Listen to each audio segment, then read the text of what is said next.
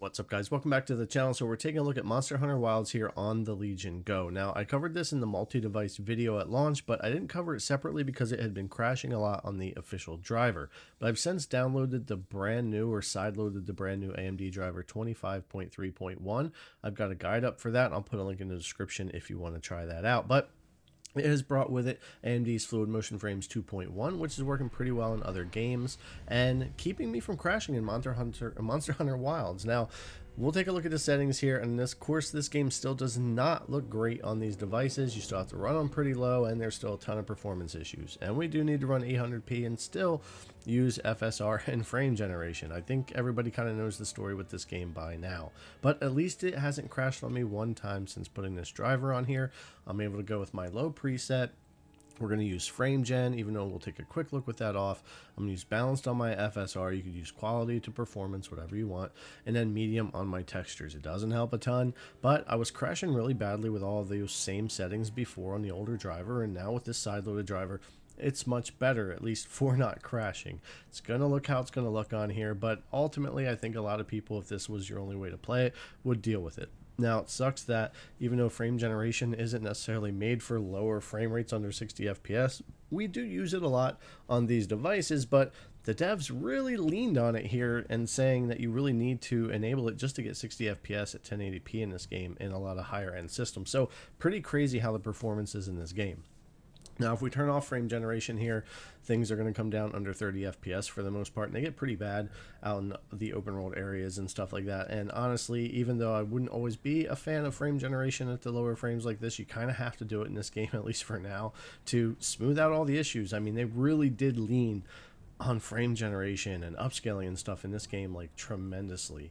But I do love the game itself, the gameplay. A big Monster Hunter fan. I'm loving Wilds, but man, the look of this sometimes and the performance. But anyways, let's turn frame gen back on there. You see what we're running here, and we'll take a look at some more areas. But again, since sideloading this, I put a couple of hours in. I went to a bunch of different areas that I would normally crash at, this being one of them, or any of the social areas really, where sometimes performance might dip or whatever. I would just kind of freeze up and crash a lot of the times. And same thing in fights, or even sometimes just pausing the game.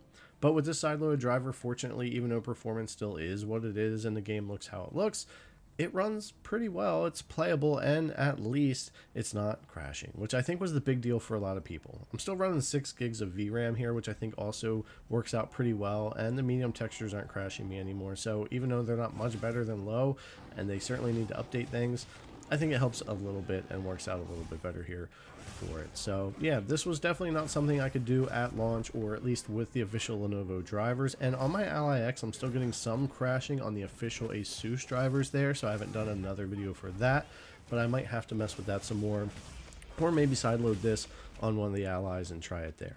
But I did jump around again to a bunch of different environments or areas where I was crashing before, whether it be a boss fight or be like some little mobs in different map areas, from the forest to the desert to the oil land areas and stuff like that.